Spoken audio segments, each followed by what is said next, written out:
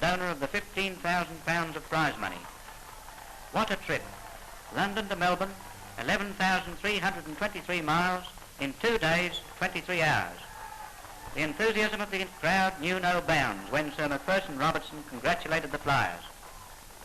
These men had made aerial history in a British-built machine. They were hours ahead of their rivals. They had won the greatest air race of all time and broken every record. Good luck, Scotty. Good luck, Campbell Black. At the conclusion, they were simply overwhelmed by the Air Force lads and carried off to a hot bath, a good meal, and sleep.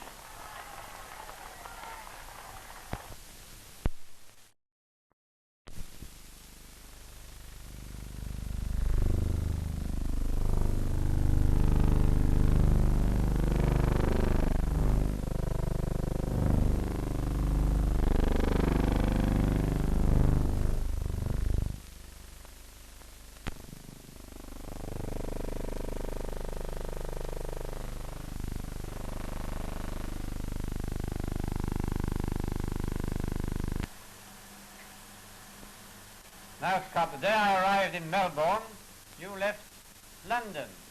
You'd like to tell me something about the trip? Well, actually, of course, we didn't leave London at all. We left Mildenhall in Suffolk, about 70 miles north of London. The starting point was altered, you remember, from Hatfield to Mildenhall. That was on the 20th of the month. Oh, yes. Well, we left Mildenhall on the 20th of October on the first leg of our flight to Australia to Baghdad, 2,553 miles away. But crossing the North Sea, we ran into low clouds and actually never saw the ground at all until we got to a point just south of Budapest on the Danube. The Danube runs through here, you see. We had fine weather, or clear weather to Bucharest, and from there we ran into more bad weather and never saw the ground again until well after nightfall, somewhere over Syria. We continued on our way, hoping to pick up the Tigris River, which runs from the northward into Baghdad, and unfortunately missed our way, and we landed at a place. What was the name of that place? Good Lord, Kirkuk, about 153 miles north of Baghdad. We landed there not only were we getting a little short of petrol, but we weren't exactly sure of our position. We pulled off a landing by moonlight there, and then steered due south to Baghdad. We stayed at Baghdad. We're about 40 minutes now, aren't you? Yes, 40 minutes, refueling and having a meal. And our next stop on the route was at Allahabad, 2,300 miles away. But as the route from Baghdad to Allahabad takes us right over the high mountains in Persia and Afghanistan and in over the high mountains of the northwest frontier, we decided to add another 150 miles to our route and come down first of all to Jask on the eastern side of the Gulf of Bandar Abbas, and then slightly north of Karachi to Allahabad. We arrived at Allahabad in the afternoon of our second day out from England, just over about 27 and a half hours out from Mildenhall. Now you see there's an alternative route here from Allahabad down to Singapore, either following the coast or directly over the Bay of Bengal. And we decided that we must save all the time and mileage we could, and so we steered a direct course from a point here on the Indian coastline, False Point, to the point of Penang, an island some 400 miles to the north of Singapore.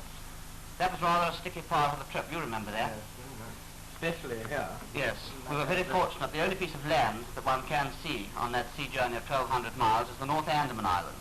And we've been flying through cloud and all sorts of bad weather, and the one clear spot that we struck happened to show us the north point of the Andaman Islands, which gave us a perfect and a definite fix. Actually, we couldn't pick up the coastline at Penang as we'd hoped, and had to turn in slightly to the north, because the clouds seemed to be very thick and very, very low indeed round the Penang district. And we had a very nasty trip along the coastline down to Singapore.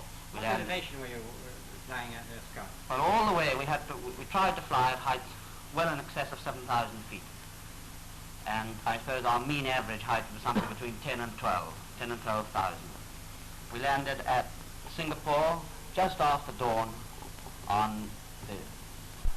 So actually we picked up the coastline some 400 miles north of Singapore and had a very sticky trip indeed along the coastline and through the mountains, and landed at Singapore, well, a lot under about 48 hours from leaving Mildenhall. Of course, from there, come over here, Tom. From Singapore, there is the correct and better route down Sumatra and Java and along the islands of the Dutch East Indies to Darwin. But again, we had to consider our saving of time, and this was the line we took over Borneo and across this sea here to Flores Island and to Kupang, or to Timor Island rather, and then across the Timor Sea to Port Darwin. About halfway across the Timor Sea, one of our engines began to feel a little tired, and we finished up that leg of the journey into Darwin on only one engine. I think we got to Australia in about 52 hours from Mildenhall, but we couldn't afford to wait there any time, as we heard that the Dutch machine was on our tail. So we left for Charleville down here, and most of that journey we did on one engine, and the same thing from Charleville down to Melbourne. And we finished our journey in Melbourne just 2 days, 23 hours, and 18 seconds, and met you again, you remember, Miss Bennett? Yeah. Well, Scott, I came to Melbourne to meet you. I felt you were going to win all the time, and here you are, sheer determination, and got right across the line. Yeah, we justified your confidence anyway, sir. That's right.